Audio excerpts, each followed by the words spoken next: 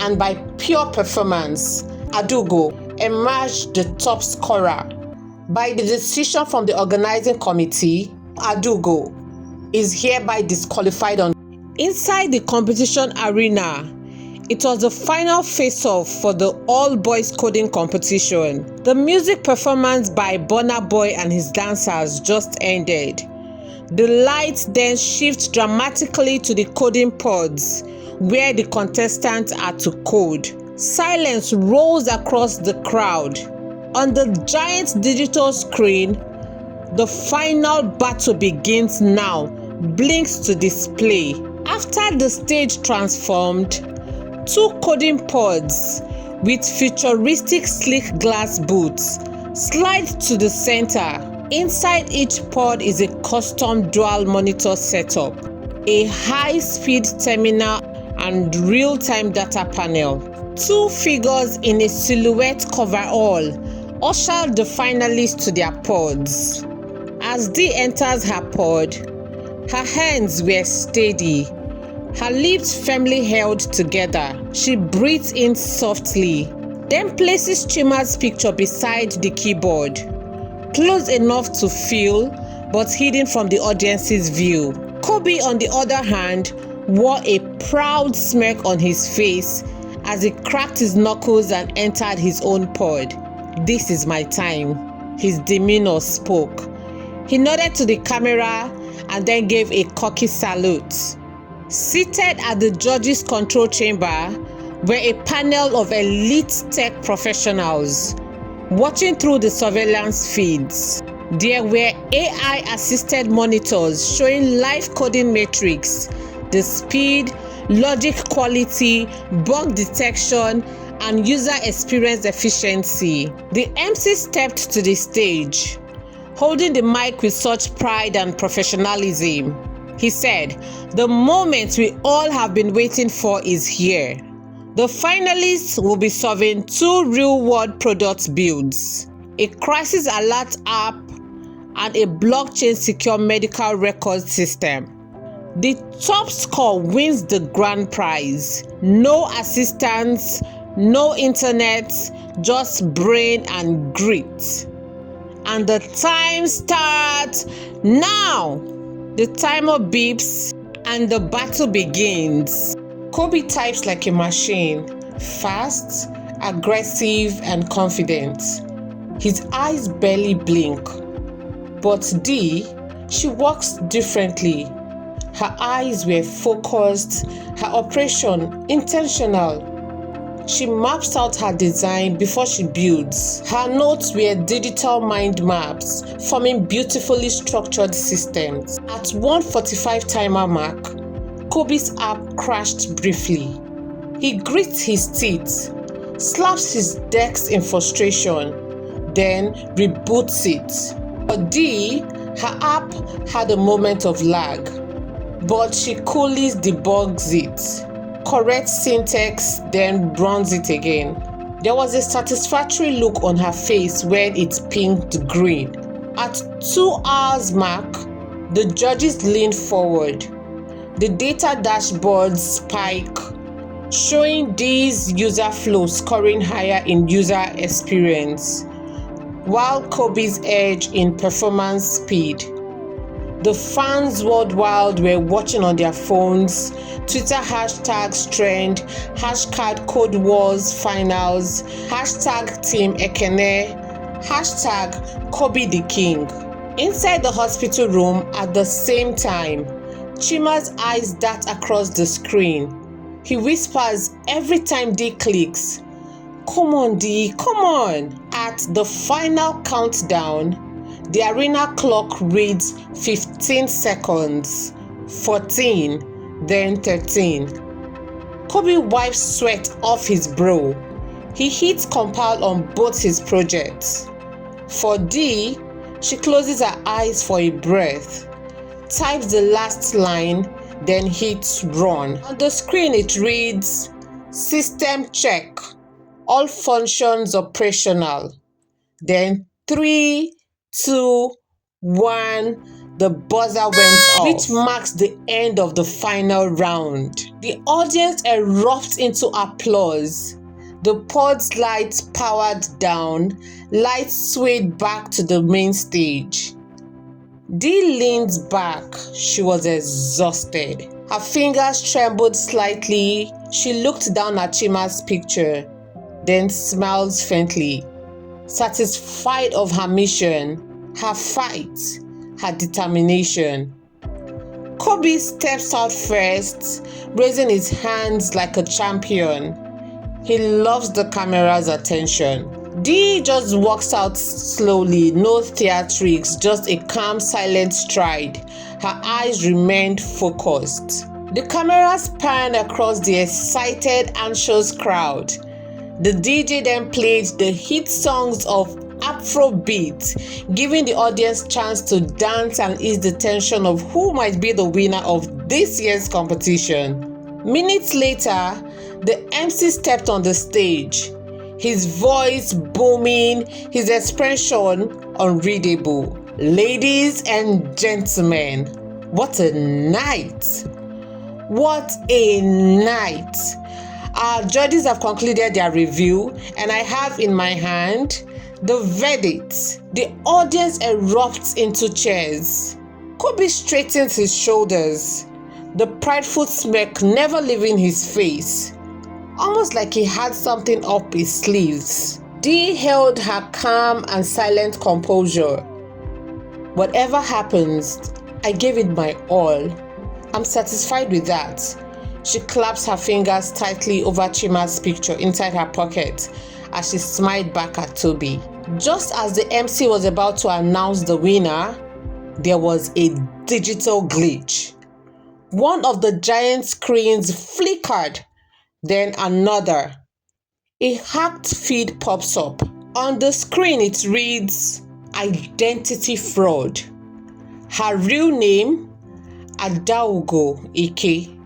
Coding finalist is a girl."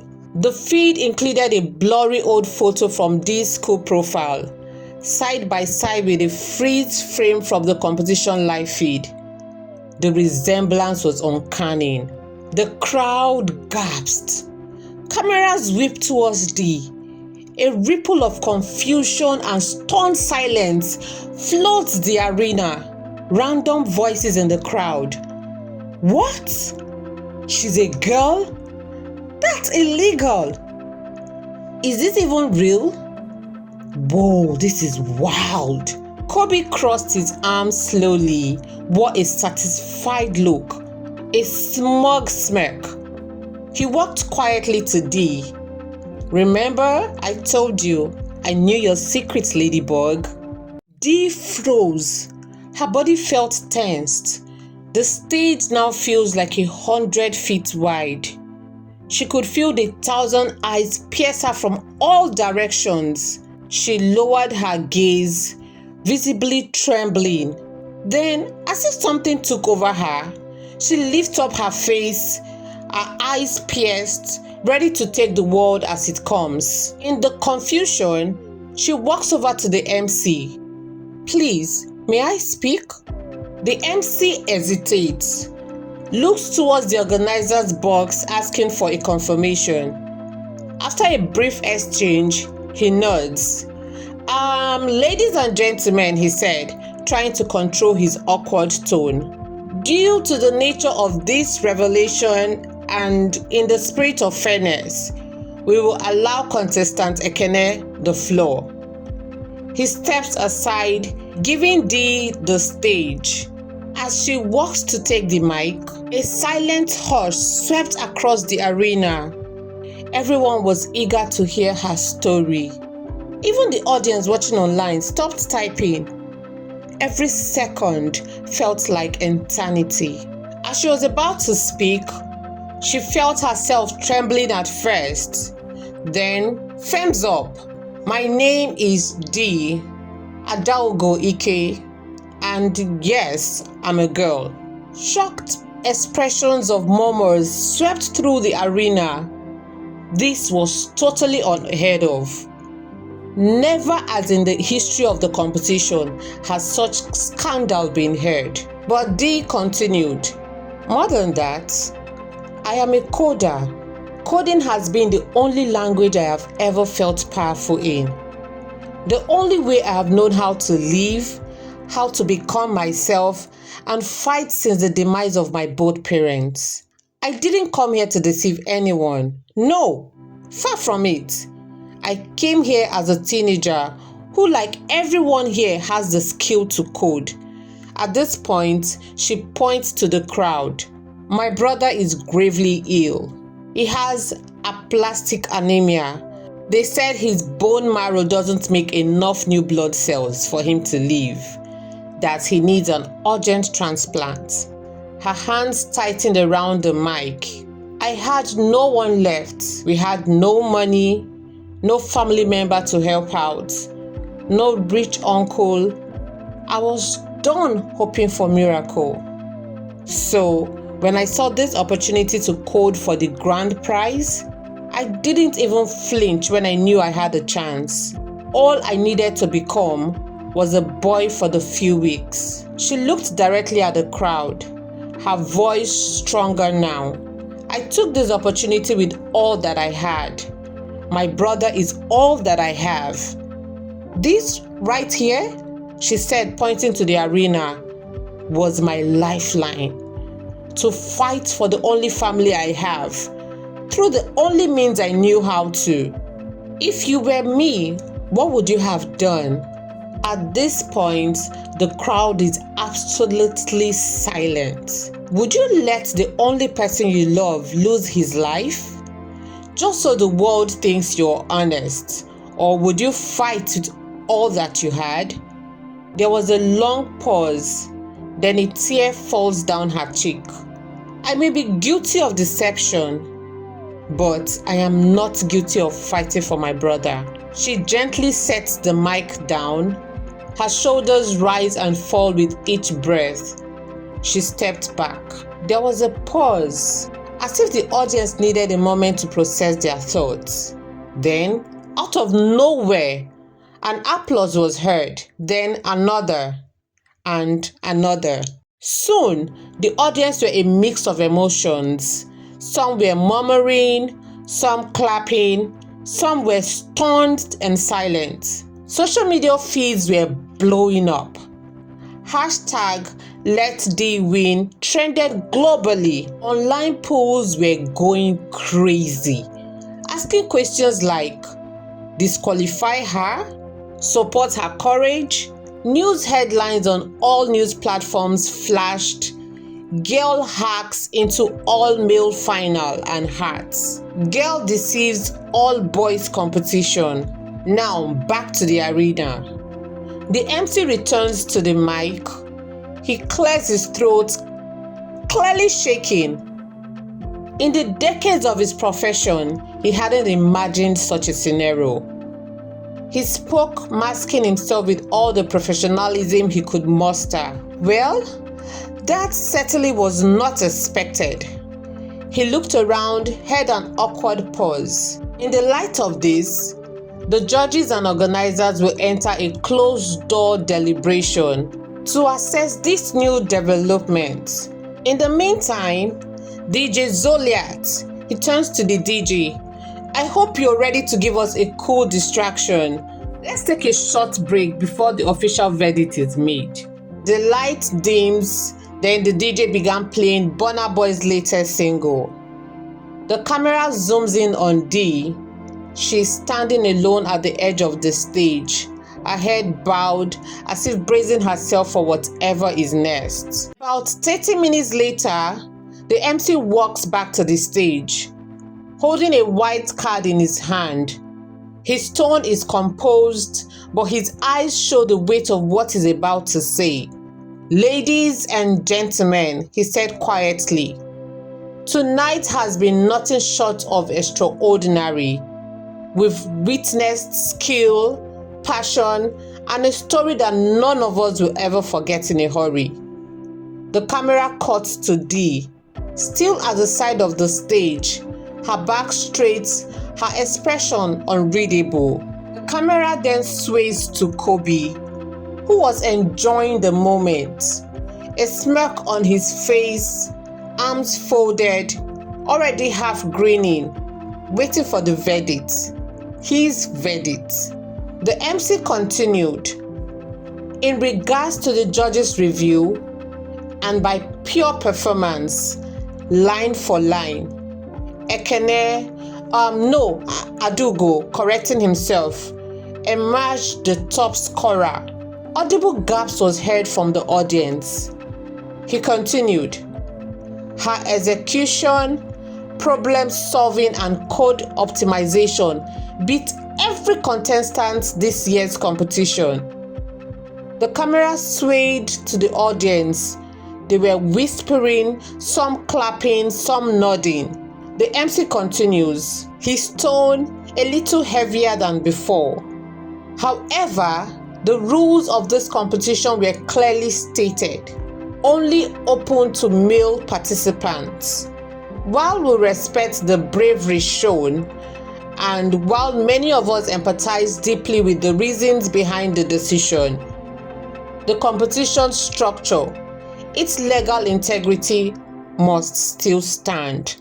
And so, by the decision from the organizing committee, Ekene or Adugo is hereby disqualified on grounds of identity misrepresentation. A wave of murmurs and gasps hit the crowd. The MC paused for a minute, then announces, which means the official winner of the 8th National Youth Code Fest is Kobe Adebayo. The spotlight swings to Kobe, who steps forward slowly, soaking in the mixed reception. Some cheered, some booed, most are just stunned. Kobe gives a slight bow. He wasn't happy with this win. The audience reaction is mixed, so he didn't smile. This win feels so shallow. He shot an angry glance at Dee. Dee just stood still. She didn't flinch. She didn't even shed a tear. She just nods once and begins to walk away from the podium, calmly but nobly. The crowd watched her. Toby in the audience stands in ovation as she walks out of the stage. Then a contestant stands up, then another and another. Soon, it was a wave of the audience standing in ovation to her, not as the winner, but as the symbol of defiance and grit. On Twitter, the judge's decision was trending. #LetDCode. #Coding has no gender. Disqualified but unshaken. Girl beats boys in coding challenge. Still loses. She didn't win their trophy. She won the world. Blog headlines flashed. The girl who hacked the system built against her. From disqualified to icon. Coding queen. Why did just change the game? Now back to the stage. The MC returns to the mic, his voice softer now. We may have announced a winner tonight, but perhaps what we really witnessed was a revolution. Inside the hospital room, the light in the room was soft and peaceful. The humming of the machine sound was low in the background. Chima is propped up on his pillows, IV attached. His face was pale but smiling gently. Dee sits beside him at the edge of the bed, leaning into her brother. One hand gently rubbing his arm, the other claps tightly around his frail fingers. She's dressed in a simple flowery dress. No disguise, no mask, just herself. Her eyes were watery, but she's smiling barely. A knock on the door shifts both their attention. The door opened, and there stood Toby. As he stepped in, laptop bag slung on one shoulder, a brown paper envelope in hand, there was a determined glitz in his eyes. "Hi," Toby greeted. I hope I'm not interrupting anything, he asked as he walked in. Chima responded, smiling faintly. Hi, you're the guy with the tea, right? Toby was grinning. Yeah, that's me. I'm Toby, extending his hand to greet Chima. He pulled a chair beside Dee. Hey you, how have you been? He asked. Dee smiled, shrugging her shoulders. I've been good, she said, squeezing her lips from telling him exactly how devastated she felt. Chima watched him curiously as he tapped Dee on the shoulder. Everything will be fine, okay? By the way, Dee, after the competition, you just shut down on everyone and everything. No social media, nothing. I had to find my way even to this place. Dee raised a brow, her eyes almost questioning him. Toby caught the hint. Yeah, I totally understand. I just needed to get hold of you. So, I did what any decent, nosy, and legally trained friend would do. I searched for your real name. Dee then asked nonchalantly, do you always dig this much into your friends? Toby replied, usually not, but this was different. His expression then took on a serious look.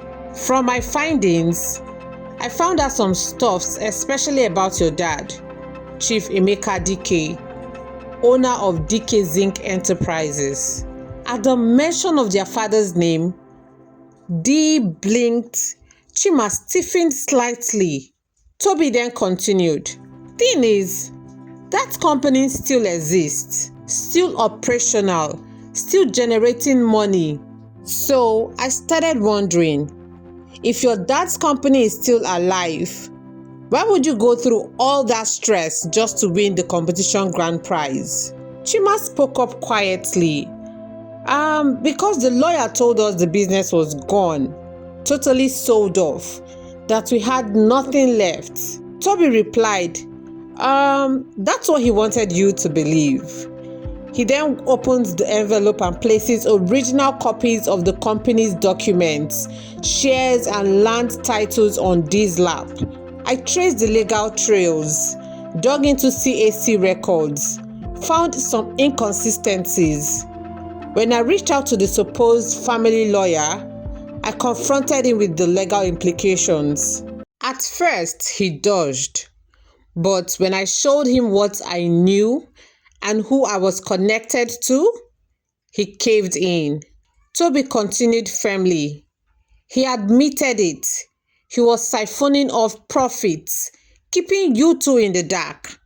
Said your dad trusted him to hold everything until you guys became of age. But he got greedy. Dee was almost breathless. She couldn't believe what she was hearing. Chima's face wore a shocked expression too. She asked Toby, and you got all of this? Toby replied her, yeah, I made sure he handed everything over. Original titles, notarized company files, everything. We are not pressing charges, not yet. But you've got your legal proof now. The inheritance your dad left for both of you, it's still yours. Dee stared at the folder. Chima's eyes welled up with tears. There was silence in the room. The type of silence that settles. A silence that is heavy, emotional, almost sacred. Chima began grinning through the tears. Dad had always said, truth finds light, even in the deepest hole. Dee replied him teary. He did, Chima. He really did. Toby smiled, enjoying the moment, also allowing the siblings take in all the pleasantness of the news. Then he chuckled and reached into his bag again. Oh, and one more thing. You ghosted the internet, but the internet didn't ghost you. He pulls out printed emails, bold logos from Google Africa, Flutterwave, GitHub, Netflix Dev Labs, even a scholarship offer from MIT. He said, with all the excitement he could muster, You've got job offers, mentorship requests, speaking invitations, D. Your inbox is hotter than Lagos traffic at rush hour. Dee couldn't believe her luck. Her eyes were wide open. Wait, what? Are these? Toby replied her, yes, they are real. It is verified. Some of them even reached out to me because you weren't replying their messages. They were really impressed, Dee. Moved and inspired by your story. They want to work with you. Chima gushed in excitement. I knew it! The world was a bigger field to play in, and they were all watching. You didn't win the money, baby sis, but look what you won instead. Dee was overly emotional. She let out a shaky laugh. I have been sitting here devastated, thinking I failed. Then all this comes rushing in, like some angel turned on its blessing tap. Then Toby said softly, no, Dee, you didn't fail. You cracked the world open, and it's looking right back at you. She looked between the two people in front of her, her brother and her friend, her eyes brimming. Then Toby, rubbing his neck nervously, cleared his throat. He said, and since I'm apparently on a roll today, when you're ready, maybe tea again? Can we have tea? This time, just you and I. Dee grinned slowly, finally letting herself exhale. Only if I choose the blend. They all laughed. A soft, warm moment. One where the storm feels like it finally broke and the sun got the last word. Thank you so much for watching till the end of this video. Let me know if you enjoyed it and what you're anticipating next. So see you next week. Meanwhile, if you haven't subscribed, liked the video, please do. I love you so much. Please keep loving yourself. Bye for now. Mwah!